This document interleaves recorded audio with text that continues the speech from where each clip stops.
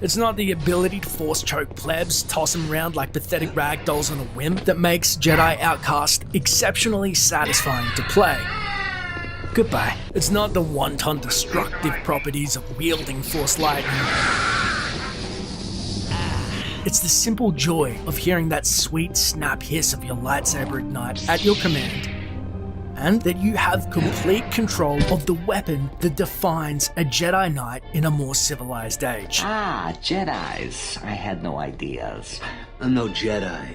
I'm just a guy with a lightsaber and a few questions. Something so many other Star Wars games, even the good ones, completely failed to recognize. The blade. The Jedi. You are one. And unquestionably does Jedi Outcast mark the beginning of what is the greatest, most intuitive lightsaber combat in the history of Star Wars games.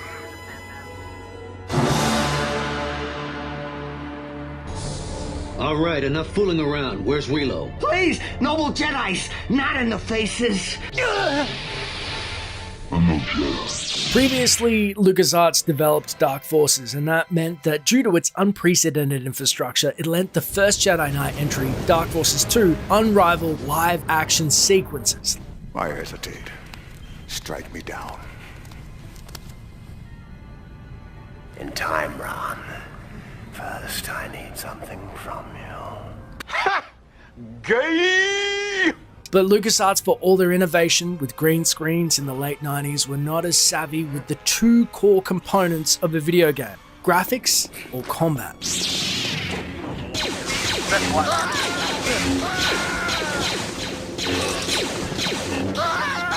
So when Outcast came around, there was a huge trade-off. To get the best saber combat of all time, they enlisted game developer Ravensoft to develop the game. The reason why it is so good is it's art imitating real life. Instead of making up some foreign rule set for Outcast's combat, the foundation is based on the 7 cuts of Kendo. So you know exactly where the blade is at any given time, which I'm going to dive into in the Jedi Academy Dashblades as it further builds on Outcast's solid foundation. Although this is far superior combat to Dark Forces 2, it wasn't without a cost. Outcast had to totally forego live action sequences. Instead, we settle for automated in-game rigging of the characters in cutscenes. If you thought Mass Effect Andromeda was blasphemy, I want you to let go of your anger before it destroys you. Carl's expression is that of a half-melted Muppet dealing with life after a stroke. Every waking moment is one of muted agony. Ugh, look at it. I mean, that motherfucker. I think I saw someone. The first handful of levels has Kyle totally depowered, previously abandoning the Force due to its dark side influence. And may the Force be with you. Hello, darkness, my old friend. Nearly killing his apprentice Mara Jade in Mysteries of the Sith. I can't. No!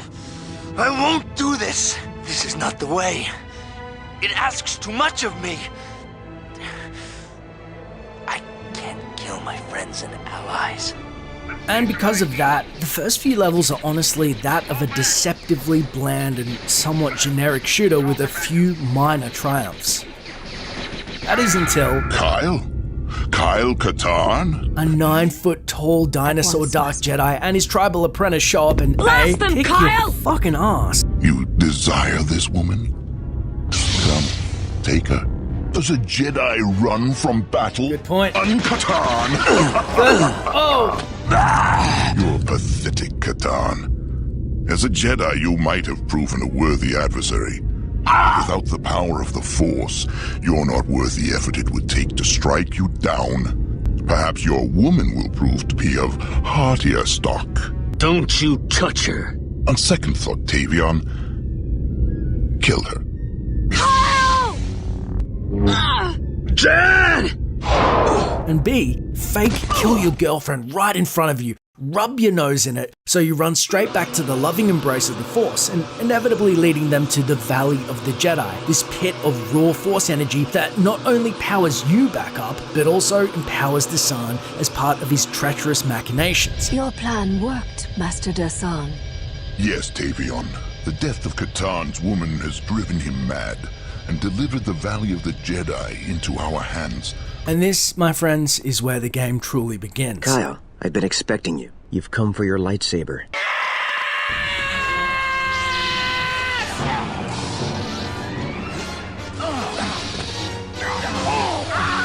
If they were honest, they would have called the Jedi Knight games Revenge of the Jedi. Give yourself to the dark side. A son.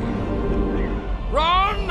It feels like I'm seeing a pattern here for the storyline of the best Star Wars games. Force Unleashed, Vader kills your dad. Then he betrays you a couple of times. Yes, kill him. He was weak. Revenge. KOTOR, your apprentice betrays you. Cannot be beaten. Revenge. Revan's name is literally a contraction of Revankist, a French derivation of an act of revenge. He is the epitome of revenge. Battlefront 2, Revenge of the Fanbase. You fucked it up! Again! Oh my god! I can't believe. But Dash, Star Wars isn't dark, it's for babies and whammons. I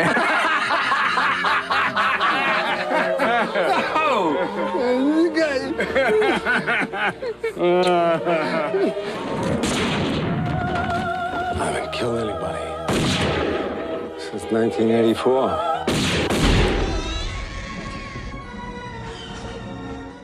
Wait a minute. On a serious note, are you ready to have your mind fucking blown? Hollywood has no soul, or imagination for that matter, which is good in this case. When something works and makes the money, they're like, change? Nah, just do that shit again. Remake it, remastered, fucking do it 100 times, it keeps making me money. Or something like that. No money, no parts, no deal. And that's why Jan Ors in Jedi Outcast well, you certainly took your sweet time. is voiced by Vanessa Marshall, who voices Hera Syndulla in Star Wars Rebels. All you do is fight for your own life, then your life is worth nothing. Okay, coincidence? You've got a plucky female pilot sidekick? Well, now Kyle Katarn, voiced by Jeff Bennett. Yes. You should have known it would take a failed Jedi to take out another failed Jedi. This is the big one. Goes on to voice 1, 2, 3, Baby. I know, my mind was blown too. Check the packs. Also, you have another small returning Jedi turned Sith turned Jedi. Both Jedi and Sith, and found clarity in the Force. Who, if they fucked up, Lucasfilm execs would be actively hunted. They knew they had to go with the safe bet. That's why Kyle Katarn is the same voice as the Revankist. Thank you, Hollywood. I've saved the Republic twice before. I've fought Mandalores and armies of the dark side. You won't stop me. Force feels like a heartfelt love letter to the powers displayed in the Star Wars movies. We don't need to see his identification. These aren't the droids you're looking for. You got your standard powers to push, pull, speed, healing. You are a coward. Lightning. Okay, lightning's a lot of fun when you get up to master level. Jump, which is probably my favorite ability, is you can go from this solid force leap to bounding up to 9 times your own height in conjunction with a plethora of wall running abilities and flips. This is where you truly become a Jedi Knight. But wait a second. I haven't mentioned the final batch of force powers that relentlessly fuck with your enemies, which is what Jedi Outcast at its core is truly about. Mind Trick in lower levels will simply placate your enemies in a hilarious way. But at master level, they unwittingly become full-blown allies turning against their own comrades. So much for interrogating him. I don't even want to kill them half the time. Choke starts with this lame-ass, no-damage pincer which drives you mad. I find your lack of faith disturbing. By the end, you are grabbing them by the throat and then tossing them like rag dolls. It is masterfully done. Is Wayne Brady gonna have to choke a bitch?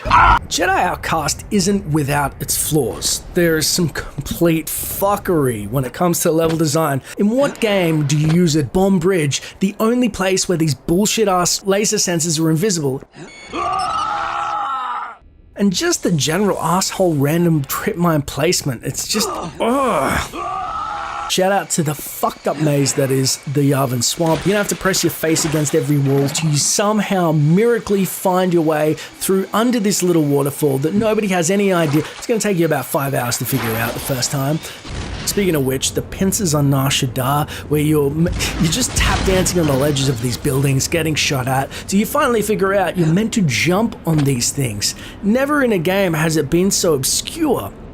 Taking the cake is the disruptor rifles. They're pervasive, and anyone who's been past Nar Shaddaa streets can attest to the fact that these are absolute dog shit when it comes to fairness. Fucking A. But for every fucked up design, there are at least 5 great ones to counter it. Damn, I love this game! Look at that shit! Whether Bespin air shafts for the epic jewels. You are a coward. You can pilot an ATST, the hard yet fun hover platform chamber, dumping Stormies out of an airlock. I mean, come on.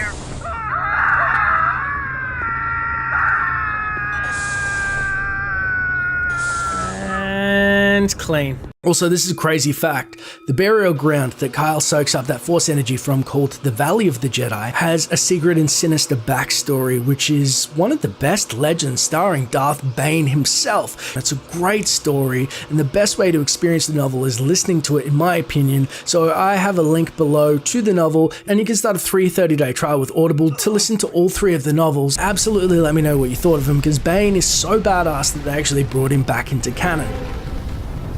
Why do you come to my tomb, Jedi? To learn.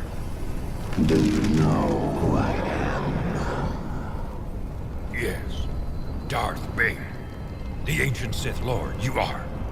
I also did make some merch because I genuinely wanted to see Outcast represented more. The stickers, mugs, hoodies, and tees also linked below. Now that's it for my Jedi Outcast Dash Planes. I'm so proud that I kept a schedule for the first time ever.